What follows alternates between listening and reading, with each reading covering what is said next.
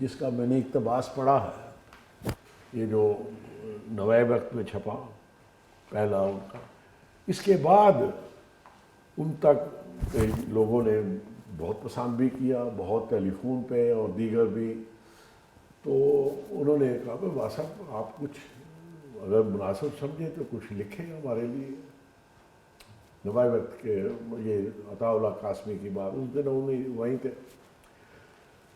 تو پہلا کالم جو چھپا اس انٹرویو کے بعد، یہ انٹرویو یا نشست کے بعد، وہ بھی نوائے وقت میں چھپا اور اسی سال چھپا.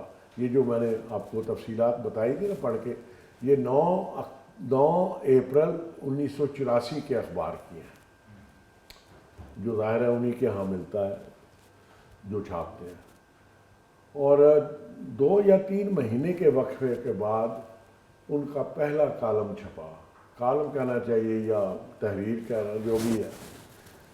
اور کیونکہ یہ جو واٹس-ایپ پہ جو بھی صورتحال، اس اب جو بھی اس کو کہہ لیں، تصوف کہہ لیں، روحانیت کہہ لیں، جو بھی کہہ لیں، اس کی خشت اول یہ پہلی اینٹ جو ہے وہ محبت ہے. اس کی بہت کنوٹیشنز ہیں اس لفظ کی، لیکن وہ جس سینس میں ہے وہ آپ لوگ سمجھتے ہیں. چنانچہ ان کی کتاب کا پہلا جو بعد میں اکٹھے ہو کے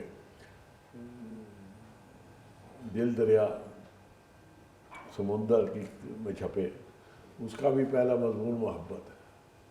اور یہی ان کا اخبار میں بھی چھپا تھا، محبت پہلا.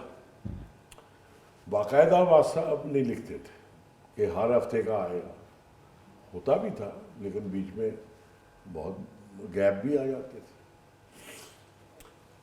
یہ جو کالم ہے اس کا مجموعی طور پہ میں بتا دوں، جیسے نام لیا، ہر فرا حقیقت تک، قطرہ قطرہ کلثم، دل دریا سمندر، ٹھیک ہے جی. اور برہے پڑھولے بھی پنجابی کا کلام ہے. چلو اس کو ایک طرف رکھیں. یہ 3 جو ہیں، اور یہ 3 ہی آج اب تک آپ دیکھ لیجئے کہ اس کی سرکولیشن، اس میں جو واسطہ باقی بھی ہے، میں نہیں کہتا، وہ کیسٹ سے ہیں، کیسٹ سن کے ٹرانسکرپشن جیسے آپ لوگ جانتے ہیں. لیکن یہ ہیں جو کتابیں. اب یہ کیسے، جو میرا تجربہ ہے، میں یہ نہیں کہہ رہا ہوں کہ 100%، میں کئی بیچ میں 2 4 مہینوں کے لیے یورپ چلا جاتا تھا، تو اور اب آپ بھی اس میں شریک ہیں، میں یہ نہیں کہتا. لیکن جمعرات کی محفل ان کے ہاں ہوتی تھی گھر میں. فی الحال جمعرات کی محفل تک میں رہتا ہوں کیونکہ اسی کے حوالے سے کتابیں آئیں نا. تو ایسی محفل 1 گھنٹہ 1.25 گھنٹہ، اس کے بعد دعا، کوئی رسمی کارروائی نہیں. ہر آدمی اپنی اپنی کنوینس پہ آ رہا ہے، جا رہا ہے، پیدل آ رہا ہے، ویگنوں پہ آ رہا ہے، موٹر سائیکل پہ، کیسے. کوئی جا صاحب جیسا صاحب ثروت آدمی گاڑی پہ بھی آتا تھا. مضامین جو یہ کتابی شکل میں آئے ان کا پس منظر ذرا بتانے لگا.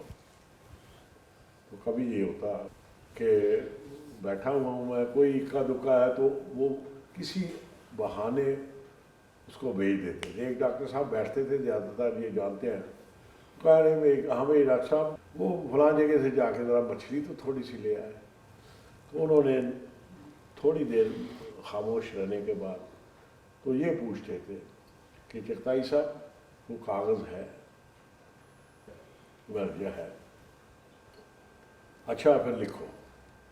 میں نے کہا اب گفتگو، خاموشی، نظریں نیچی بند، نظریں اور سر نیچے، بس اس کیفیت میں بیٹھے بیٹھے یوں.